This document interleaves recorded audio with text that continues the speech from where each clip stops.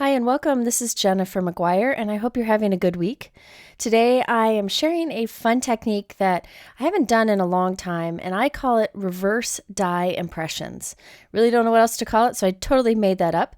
But basically, it's a technique that allows you to get more from your wafer thin dyes by making an impression with the back of the die, and then you die cut whatever shape it is and add that to the center. It gives lots of texture, kind of a little bit of a letterpress look, a lot of fun to do, and I've got a lot of examples for you today. For most of my examples, I'm using these new dies from Simon Says Stamp. It's the Felicity, Joy, and Bliss Snowflake dies. Now, I think Felicity is out of stock already because it's been so popular. However, if you click the Notify Me button over at Simon Says Stamp, you will find out when it comes back in stock, which should be soon. For this technique, I need to set up my die cut machine as if I were using an embossing folder. Now, usually for me, that's tab 1 on my Big Shot. And I like to use a metal adapter plate also. I use a metal adapter plate for almost all of my die cutting. It's just a nice shim that gives a little more pressure, but you'll want to test out your die cut machine with this technique and see what's right. Now, I'm next going to actually put down my clean cutting plate. Usually I have one cutting plate that's clean that I use on top, and one cutting plate that I cut into that goes below. But this time I'm flipping it and putting the clean one down first. Then I'm putting down a spellbinders embossing mat. Spellbinders embossing mats allow you to make impressions with your dies instead of cutting with them.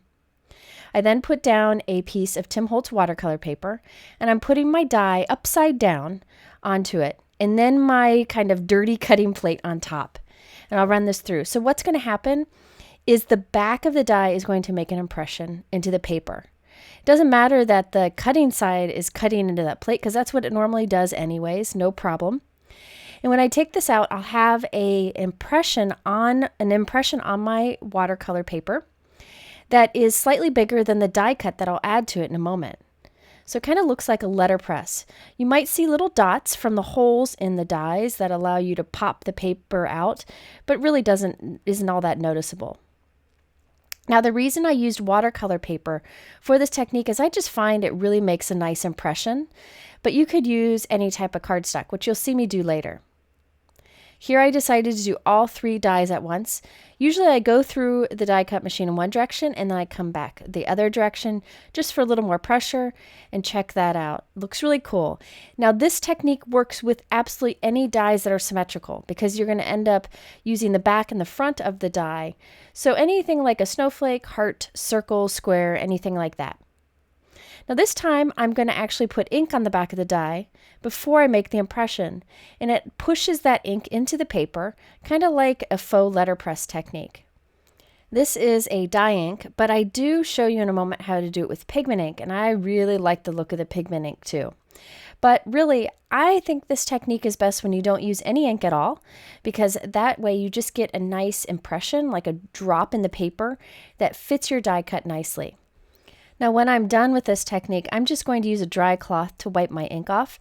I don't want to use any harsh cleaners on my dies. Okay, so after I take this out, check that out. I got this beautiful inked impression. There are tiny little white dots there that you can see from the holes in the die, but really when you put the whole card together, you don't see them much.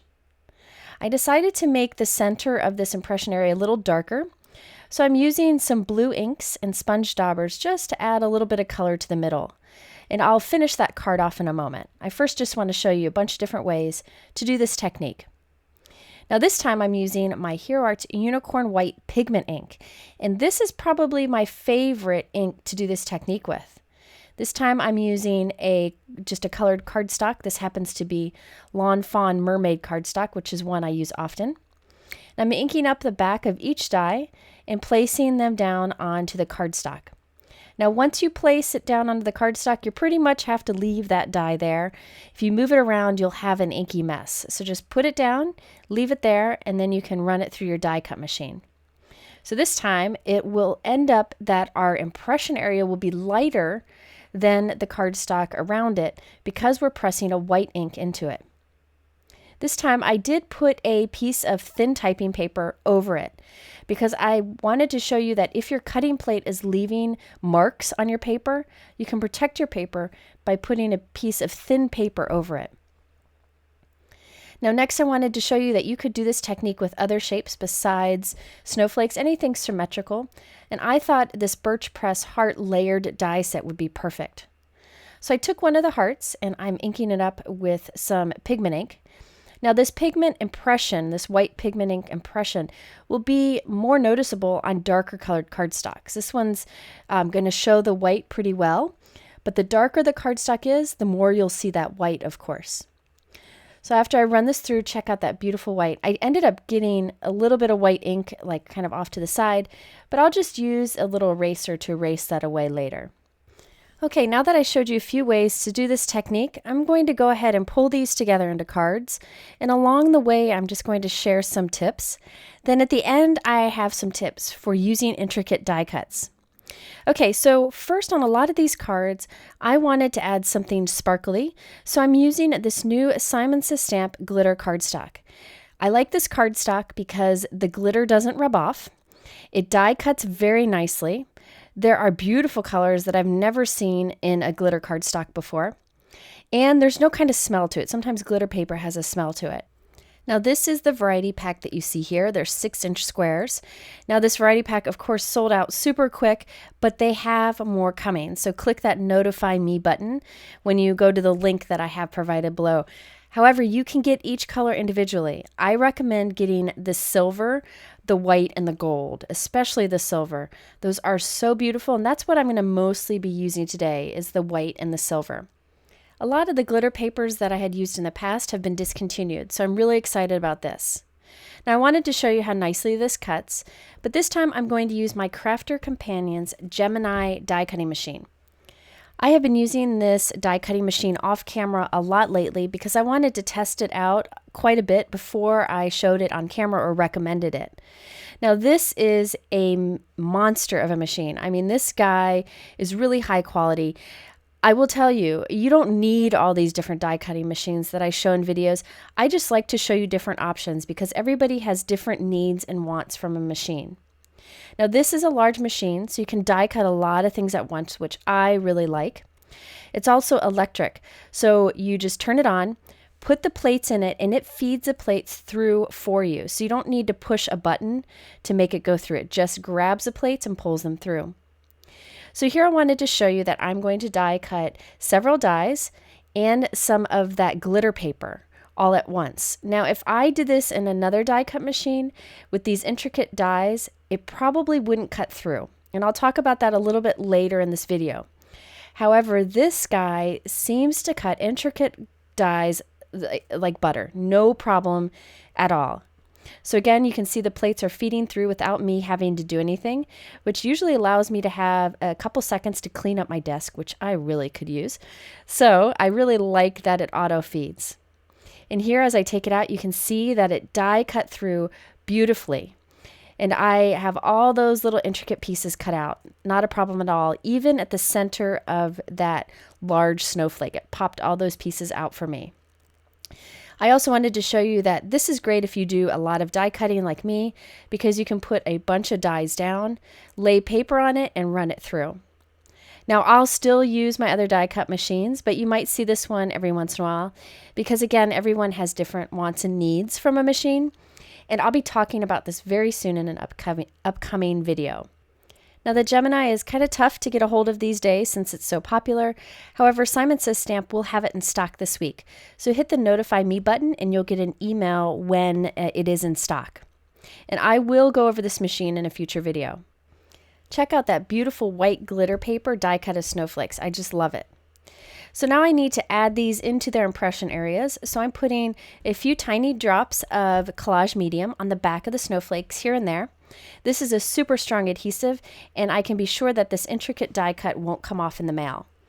Another option would have been to put Stick It double-sided adhesive on the back of the glitter paper before I die cut it, and that would put adhesive on the back of this, but to be honest with you, I completely forgot to do it. And another option would be to use a spray adhesive. I just don't use aerosol cans when I don't need to. If you use a spray adhesive, definitely use it in a well-ventilated area, like such as outside. But I prefer to use this strong collage medium because I know that the die cuts won't fall off in the mail. Now I let it dry underneath something heavy so I can be sure that it stays put. Now throughout this video, I'll be using different sentiment dies. These are new from Simon Says Stamp. On the left you have Oh Hello there, and then there is the Miss You script and the script Hello. The nice thing about these two script sets is that there are two dies in the set. It's the word itself and then its shadow, so you can layer them if you want. So using the shadow die, I cut from vellum. Then using the word die, I cut from some darker pool cardstock, and I'll layer that. And the nice thing is that little vellum shadow kind of makes the word stand out a bit more on the busy background. Now I will go ahead and die cut another hello and glue that on top because I like to stack my die cuts for that dimension. Lately I've been using my EK Success tweezers to kind of place my die cuts in place. I did that a long time ago and I kind of forgot about it, and boy is it handy. I like those tweezers because when you release they pinch, so you can easily hold on to something while you're working. Okay, now that my snowflake die cuts are dry, I'm just going to go ahead and trim off the excess, and I'm going to add a piece of white craft foam behind this. Now I use craft foam behind large pieces on cards because it adds an even dimension and it won't get crushed in the mail. So here I'm putting Be Creative tape on both sides of the craft foam, and then I'll put that on the back of my stamped piece. I could use strips of craft foam tape, but again, you'd have to use a lot of it so that it doesn't get crushed in the mail. So I prefer to use the craft foam. It's less expensive and it just holds up better. Okay, so I'm putting this onto a 4 1/4 by 5 1/2 inch note card. And now I can glue my little sentiments onto this. Now again, I'm using my super strong adhesive for this because this little hello die cut is going to go on top of that snowflake die cut. So I really want to be sure that it stays put on there. Collage medium can be used for many different things. I use it as a strong adhesive. There are many great strong adhesives out there. I just like this one in particular because I can put it in that fine tip bottle. Okay, so now I'm putting some thin foam tape pieces behind a sentiment here, and I'll put that right underneath the hello. This sentiment says Sending Big Hugs, and I got it from the Simon Says Stamp Let Us Rejoice stamp set, which I'll show you in a moment. I also added a few ice cube gems from Lucy's cards, kind of scattered along the background. And there you can see that impression with the white ink behind each of those snowflakes. So the impression is bigger than the snowflake die cut itself, which I think looks really cool.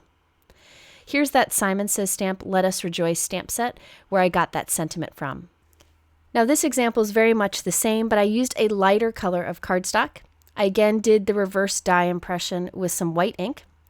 This time I used the Miss You script sentiment, and then I added the gemstones onto the snowflake, so it just has some fun sparkle. Okay, next I wanted to show you something else that you can do to that impression area.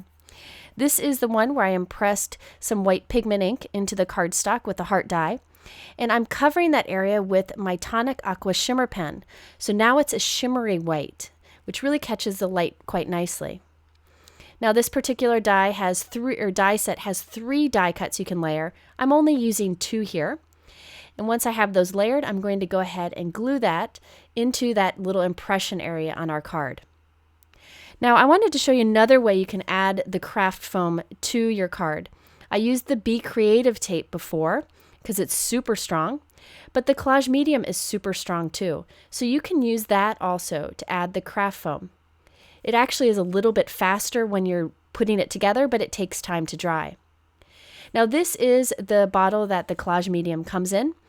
I had transferred some into that little bottle that you see there on the right. So there's still some left over in that big bottle, and that's what I use for this because I can squeeze it out quickly. Now the thing with this is you can kind of move it around until it's positioned just right, but you need to put something heavy on it while it dries, like a book. Here's the completed card. I added a hello die cut that's stacked from that Oh Hello There die I showed you earlier. And I put some of the shimmer on that also. I think this might be my favorite card from the bunch. I really like that hello. So I just want to show you how I completed the rest of the cards before I share some tips on die cutting. So here is the one where I impressed some pool ink into my paper. And then I added some blue inks to the center with sponge daubers. I then colored that area with the shimmer pen and then added a white snowflake die cut right to the center and a sentiment strip right on that. I like using those thin sentiment strips because then it covers less of the beautiful die cutting. And that sentiment is from this Simon Says Thanks. Simon Says Thanks. No, Simon Says Stamp Thankful Heart Set. Okay, now on this one, you can see those tiny little dots that are left behind because the dies have holes where you can poke out the die cuts. But I actually like those little dots there. They're not very noticeable, so you can leave them or you can color over them with like an inking tool and the ink, but I like to leave them. Here I kept this one very simple and soft, added white die cuts to the impressions, and then a hello die cut. Now this one is where I did the impressions with no ink on the die. Then I went into those areas where the impressions are and I added some watercolor, some very soft watercolor with my shimmer pen. So you can color in those impressions. So now it's impressed and there's that watercolor look to it. Then I added some white die cuts to it and a hello die cut. Now on this one, I just did an impression with the dies, but no ink. So you can see it's just all white. Then in the impressions, I added silver glitter die cuts, which I think are just gorgeous. And then I have a turquoise hello die cut that I added. Those glitter papers really catch the light nicely. And I like that reverse die impression technique because it gives those die cuts a place to sit and it kind of draws attention to them. Now here are a couple simple ones. I made these mini cards. This one, I took one of the smaller Simon Says Stamp Snowflake dies. I inked it with pool ink and made the impression. Then I die cut a turquoise glitter snowflake and added that into it with some little pool gemstones. And here I did a soft pool cardstock, did soft pool ink on my die to make the impression, then added a white glitter snowflake to the center. I also added gemstones to this one and a simple sentiment in the middle. By the way, I'll have photos of all these cards over on my blog. I know I have to go through this pretty quickly in a video, but you can check them all out there. Now, before we go into the die cutting tips, I wanted to show you this card. This was a bonus card. I did not use the technique on this one, but I had this leftover snowflake die cut that I just had to use. Now, on the center, I have the thanks sentiment from the Simon Says Stamp Big Greetings 1 stamp set. I thought the detail in that sentiment was perfect for this card. And in the background, I used a piece of this Tonic handcrafted paper. This is the Freshwater pearl paper, but they have a bunch of different colors and patterns, and I'll link to them so you can check them out.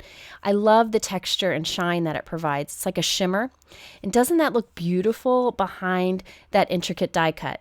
So this was very simple to pull together. I did spend a little bit of time with those gemstones, but boy, I love all the texture and shine going on with it. Now, before we go, I just wanted to give you some tips on intricate dies. I know some people struggle with this, especially when you're cutting something like a glitter paper. So I have some tips that'll help for you.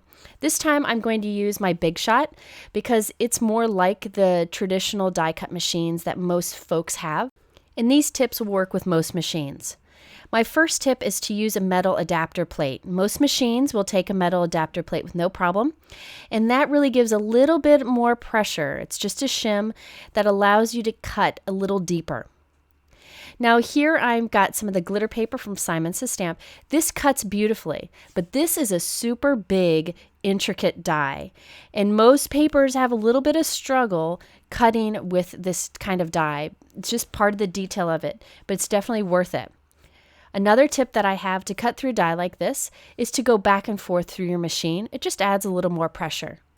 Now when I take this out, you'll see that this die cuts through most of the paper. It's just that middle part with all the detail. Well, if this happens, try moving it in your die cut machine, putting it back in, putting it in a different position, and run it back and forth again. This will cut even more. Sometimes that's all you need to do.